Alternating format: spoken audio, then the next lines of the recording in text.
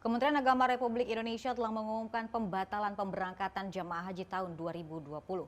Lantas bagaimana dengan nasib dana haji jemaah tahun 2020 ini? Dan bagaimana mekanisme pemberangkatan calon jemaah haji di tahun 2021? Selengkapnya di special interview Gatra TV bersama Seriana Astuti dan narasumber saya dari juru bicara Kementerian Agama Oman Fatur Rahman.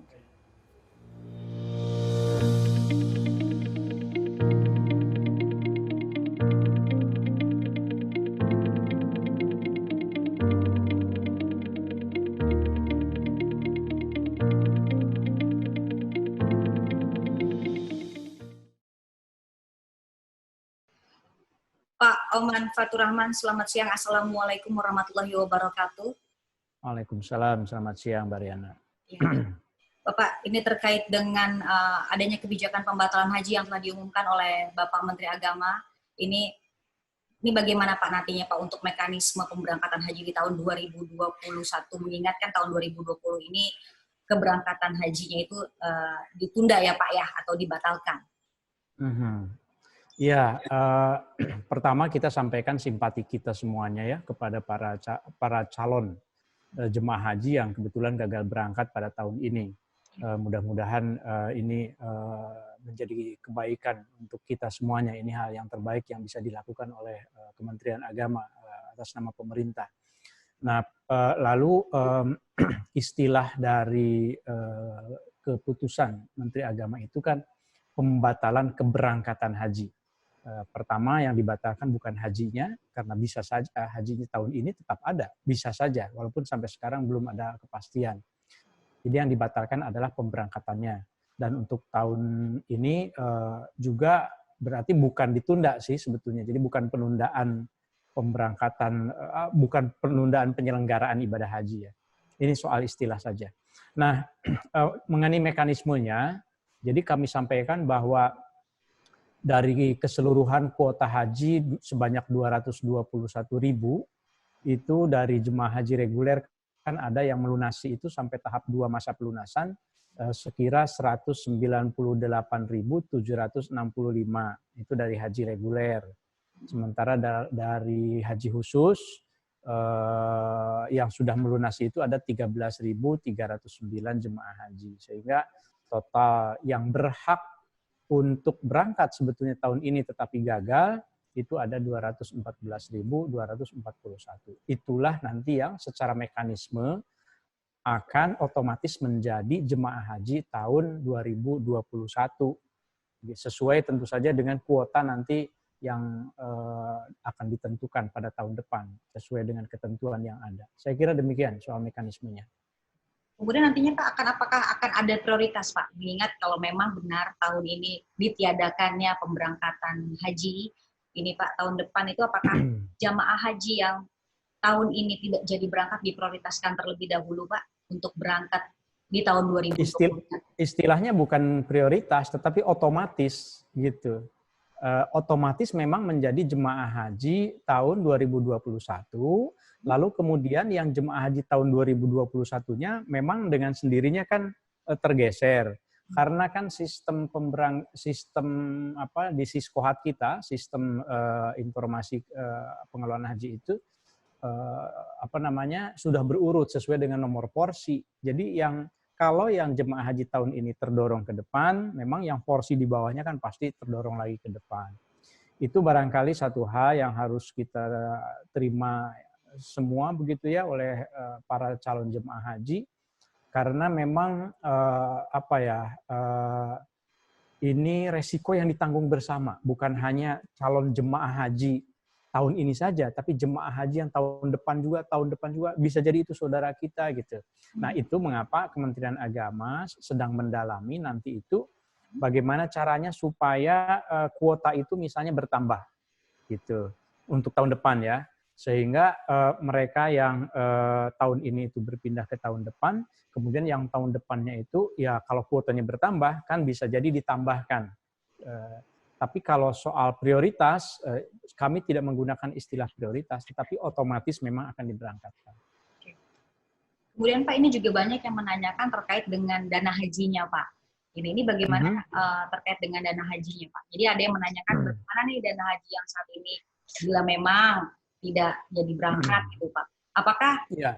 nantinya calon jemaah haji ini bisa mengambil dana haji itu atau memang bisa nanti untuk tahun depan atau bagaimana Pak?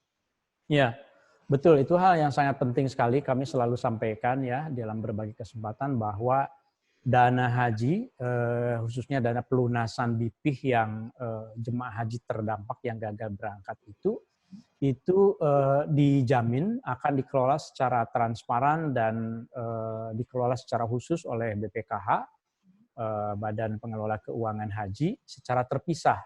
Jadi secara terpisah maksudnya nanti nilai manfaatnya itu dana pelunasan BPIH itu akan dikembalikan secara langsung kepada jemaah haji yang gagal berangkat itu tahun depan, akan dikembalikan paling lambat 30 hari sebelum mereka berangkat. Nilai manfaatnya gitu, akan diberikan. Jadi semacam tabungan lah begitu, ada bagi hasilnya begitu ya. Karena dana pelunasan BPIH ini, dana BPIH secara keseluruhan itu kan dikelola sesuai syariah dengan ketentuan undang-undang yang ada. Nah, kami ingin memberikan jaminan para jemaah tenang, insya Allah uang jemaah haji itu akan dikelola sesuai ketentuan syariah, tidak akan digunakan untuk macam-macam, sehingga perlindungan dari pemerintah dalam hal ini Kementerian Agama itu akan terpenuhi karena itu memang syarat undang-undang ya. Nah nanti tentu ada opsi juga bagi mereka yang ingin mengambil biaya pelunasan BPIH-nya itu karena untuk keperluan sekarang misalnya juga mekanismenya ada. Kemudian juga ada kabar nih Pak terkait dengan pengkonversian dana haji nih Pak. Apakah benar Pak dana haji yang saat ini tidak terpakai gitu ya Pak ya dari calon jamaah itu dikonversi ke valuta asing ini untuk memperkuat rupiah Pak? Jadi masyarakat perlu tahu ya bahwa dana haji itu dikelola bukan oleh Kementerian Agama loh. Ini banyak yang masih keliru memahami, tapi dikelola oleh badan tersendiri yaitu BPKH, Badan Pengelola Keuangan Haji. Itu terpisah, bukan di bawah struktur Kementerian Agama, tetapi badan yang memang menurut undang-undang, menurut ketentuan diberikan wewenang untuk mengelola haji sesuai syariah, sesuai ketentuan. Nah, jadi kalau saya dari Kementerian Agama tentu tidak dalam kapasitas menjelaskan itu. Nah, walaupun saya tahu kan dari BPK sudah ada klarifikasi tentang itu, bahwa itu tidak benar. Tapi silahkan ditanyakan kepada pihak BPKH secara lebih detailnya. Sebelumnya ada pertemuan gitu nggak sih Pak terkait kabar ini Pak dari Kemenak sendiri meng-cross-check atau? Kalau pertemuan tuh ya bukan terkait kabar karena kan kami tidak reaktif ya, cara kerja kami kan memang untuk tim krisis haji saja kita itu sudah bekerja sejak pertengahan Maret lah menyusun skema kemungkinan ini, bahkan waktu itu kan ada 3 kemungkinan haji itu yang kita sampaikan. Pembatalan keberangkatan itu hanya salah satu saja pilihan terakhir gitu. Nah, kami selalu koordinasi dengan BPKH, dengan Komisi 8 DPR, dengan Kementerian Luar Negeri, dengan Kementerian Perhubungan, karena haji itu kan menyangkut berbagai instansi. Nah, jadi kalau sekali lagi kalau untuk dana pengelolaan haji itu sudah dijamin oleh undang-undang bahwa itu dikelola sesuai dengan prinsip syariah gitu ya. Itu saya ingat betul para pimpinan DPR juga pimpinan Komisi 8 maksud saya mengingatkan itu dikelola sesuai dengan ketentuan syariah, sesuai dengan undang-undang yang ada di kita. Jadi ya tentu saja ini bagian dari kontrol masyarakat ya. Saya kira bagus juga kalau misalnya ada isu yang mengarahnya itu mungkin penyelewengan, tentu masyarakat berhak untuk menegur. Tetapi kan kemarin sudah ada penjelasan dari Pak Anggito dari BPKH bahwa itu tidak benar gitu. Maksudnya yang tidak benar itu bahwa dana haji itu akan dikelola untuk macam-macam gitu ya. Oh ya Pak, apakah dari pihak Kementerian Agama sendiri membuka posko Pak dalam artian ini bagi untuk calon jamaah haji yang ingin mencari tahu informasi terkait dengan pembatalan keberangkatan haji ini Pak. Jadi biar mereka juga informasi lebih kaya gitu Pak. Betul. Kalau posko yang fisik di Kementerian Agama Pusat ya. Nah, tetapi pertama tentu saja yang sifatnya pelayanan daring itu kan setiap detik informasi terkait dengan perkembangan haji selalu disampaikan melalui website Kementerian Agama. Jadi bisa diakses di situ. Kemudian kalau bagaimana yang tidak bisa terakses, kan tidak semua juga punya internet kan.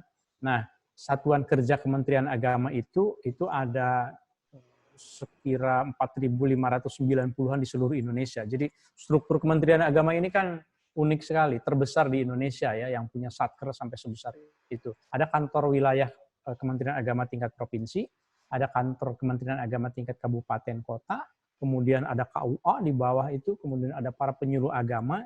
Nah, melalui kantor yang unit terkecil itulah masyarakat bisa mendapatkan informasi terkait dengan ini. Meskipun untuk beberapa hal, misalnya terkait pengembalian paspor gitu ya, nanti dari Kementerian Agama sendiri yang akan proaktif untuk memberitahukan apakah paspor itu sudah bisa diambil atau tidak gitu.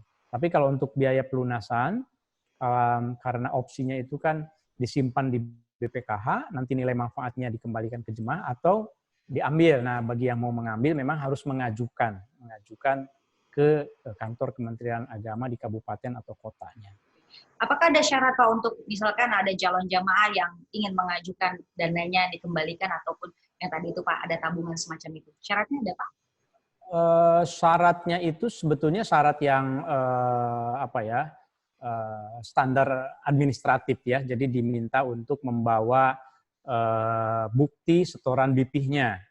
Kan tentu harus diverifikasi. Kemudian yang kedua harus membawa fotokopi buku tabungannya, kemudian fotokopi IKTP-nya, dan memberikan nomor telepon yang dapat dihubungi. Nah, nanti sudah ada formatnya di kantor Kementerian Agama Kabupaten dan Kotanya itu, nanti diverifikasi datanya, kemudian kantor Kemenag Kabupaten Kota inilah yang akan mengirimkan data itu ke Kementerian Agama Pusat. Jadi mengajukan untuk pengembalian setoran pelunasan BP tadi itu, nanti kitalah di Kementerian Agama Pusat yang akan mengirimkan ke BPKH.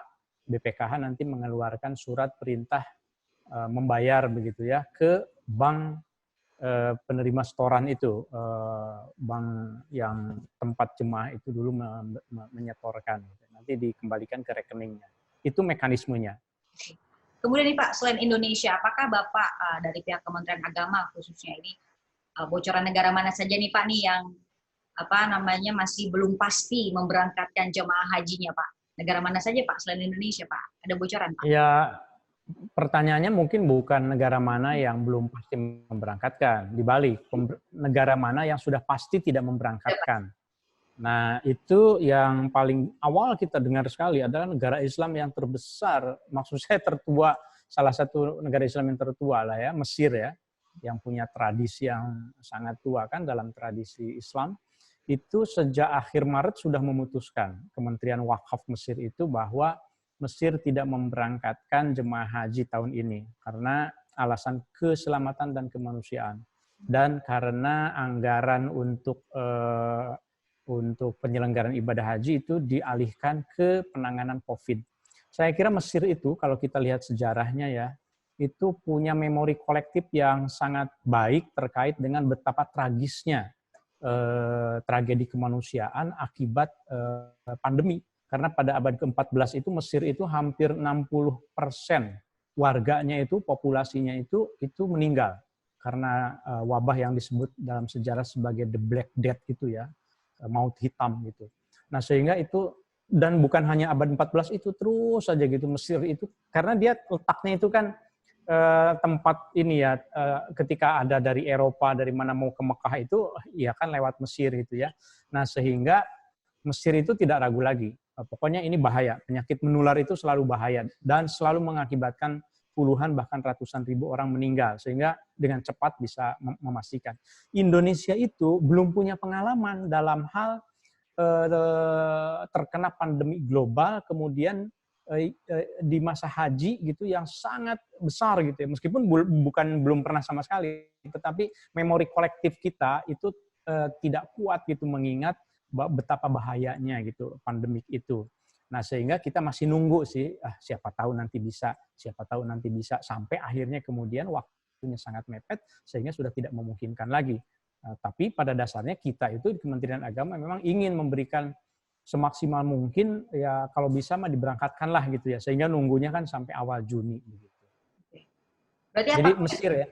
Pertama Mesir ya, sorry saya jadi lupa ke pertanyaan awalnya. Mesir itu yang sudah pasti tidak memberangkatkan. Kemudian Singapura, meskipun kan hanya mungkin 800-an jemaah saja ya. Nah, itu yang sudah pasti. Tapi yang saya dengar Malaysia juga, kemudian Bangladesh juga, dan beberapa negara lain itu mengindikasikan memang kalau pandemi di Arab dan di negara masing-masing itu belum selesai, WHO juga belum mencabut status pandeminya, maka mungkin akan mempertimbangkan tidak memberangkatkan ibadah haji tahun ini. Oke. Kemudian nih Pak, ini sanksi bagi jemaah haji yang nekat untuk berangkat. Apakah sanksinya Pak? Ada sanksinya Pak? Ya mudah-mudahan tidak ada ya. Jadi kami melakukan koordinasi, termasuk pagi tadi juga baru saja kami koordinasi dengan Kementerian Luar Negeri untuk kita komunikasi dengan baik, secara baik-baik dengan kedutaan Saudi. Kita sampaikan kebijakan kita apa adanya, bahwa inilah kebijakan negara dan berlaku untuk seluruh warga negara Indonesia. Tentu saja sebagai sesama negara sahabat yang bersahabat dengan baik, ya masing-masing negara kan punya kewajiban saling menghormati, gitu ya, saling menghormati kebijakan negara. Nah, ketika Indonesia mengambil kebijakan untuk tidak memberangkatkan haji itu ke seluruh warga negara Indonesia, mau yang dapat visa undangan haji dari sultan, dari raja, atau yang disebut dengan visa mujamalah itu, atau apapun itu memang kan tidak diperbolehkan. Nah, kalau sanksinya tentu saja nanti ada ketentuan di Kementerian Luar Negeri, karena itu kaitannya kan dengan imigrasi ya. Kalau ada orang melanggar misalnya ketentuan imigrasi, itu nanti pihak yang berwenang lah yang akan memberikan sanksi. Kalau di Kementerian Agama tidak punya wewenang, tentu saja bukan wilayahnya untuk memberikan sanksi. Oke. Pak Oman Fatur, terima kasih banyak atas waktunya Pak. Oke, sama-sama Mbak Riana, terima kasih. Ya Bapak. Assalamualaikum warahmatullahi wabarakatuh Oke, Pak. ya terima kasih. Waalaikumsalam warahmatullahi wabarakatuh. Pihak Kementerian Agama tentunya memberikan segala keputusan kepada seluruh jamaah haji. Bagi jamaah haji yang ingin merefund dana hajinya, maka dapat melampirkan segala persyaratan dan mengajukannya ke Kementerian Agama secara langsung. Namun, bagi jamaah haji yang tetap ingin menunaikan ibadah haji, harus bersabar dan harus menunggu di tahun berikutnya. Terima kasih telah menyaksikan spesial interview Gatra TV. Saya Riana Astuti dan sampai jumpa.